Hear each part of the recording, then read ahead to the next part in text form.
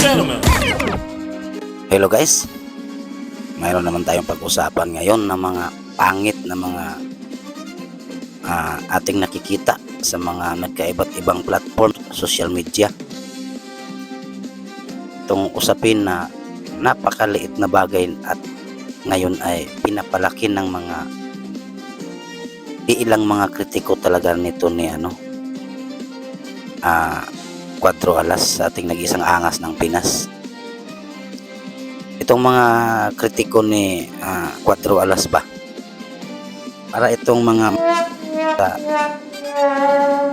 blood control project sa Senado ngayon gumagawa ng kahit anong paraan para matabunan o hindi mabuksan muli ang investigasyon sa mga sa 18 Marines. Gumagawa talaga ng mga iba't ibang paraan ang mga sa Senado para hindi muling mabuksan ang investigasyong ito. At ito namang mga kritiko ni Cuatro Alas gumagawa din ng mga paraan at iba-ibang paraan na makahanap ng butas para mayroon lang silang masasabi sa ating nag-isang angas ng Pinas para kanilang maliitin o sirain ang kaniyang karir. Tungkol ito sa ating naririnig o nakikita sa mga nagkaiba't ibang mga social platform, mga idol, na baka na naman daw kakasuhan ang ating nag-isang angas ng Pinas dahil sa kanyang pagmumura. Ito lang ang aking masasabi sa inyo, sa inyong lahat, sa ating lahat. Kung ayaw natin na murahin tayo ng kapwa natin, pag-isipan muna natin ng mabuti ang ating mga sasabihin.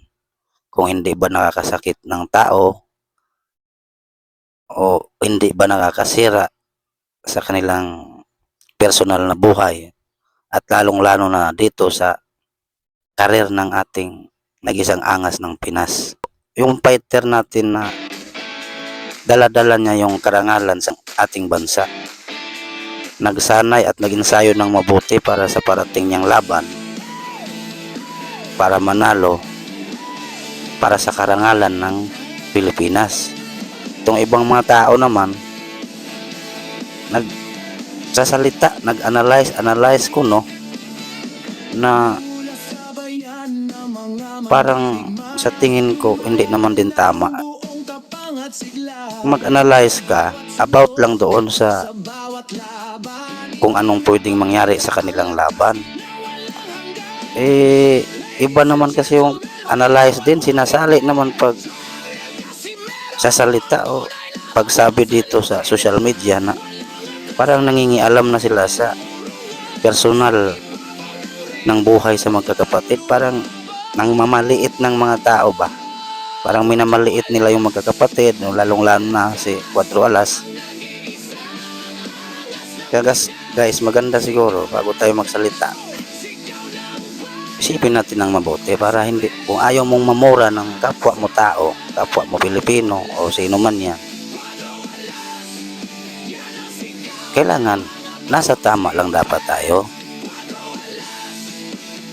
Kasi tulad nito, ito bilang driver tayo, yung ibang mga driver grabe, sobra ang ingat. Tapos yung iba naman dyan, ikaw na nag-iingat, minsan nadadamay ka dahil sa pagkakamali ng ibang driver. Grabe nga ang ingat mo, ibanggain ka naman sa likod, sagiin ka, o may tumawid bigla na alanganin. Kaya nga mga idol, bago tayo gumawa ng mga hakbang o kahit anong bagay, lagi nating isipin, tatandaan natin na kung hindi ba tayo makakadamay sa ating mga gagawin o anumang mga gawain, kung hindi ba tayo makakadamay ng ibang mga tao na nag-iingat sa kanilang araw-araw na hanap buhay o career man yan, kung ano mang mga trabaho nila. Kaya pamagatan ko ito na kung ayaw mong mamura, kailangan nasa tama ka lang. Huwag ka mang damay ng ibang tao. Kailangan nasa tama ka lang para hindi ka makakadamay ng ibang tao. Siyempre tao lang yan eh. Nadala sa emosyon yan. Kasi nga, kaya ka namurad yan dahil nadala sa emosyon sa kanyang grabing pag-iinsayo ng tao para sa karangalan ng ating bansa. Tapos kayo, grabe naman ng inyong paninira. Hindi na maganda yan. Hanggang dito na lang mga boss. Baka pwede makahingi sa inyong suporta diyan. Maraming salamat sa panonood. Babu.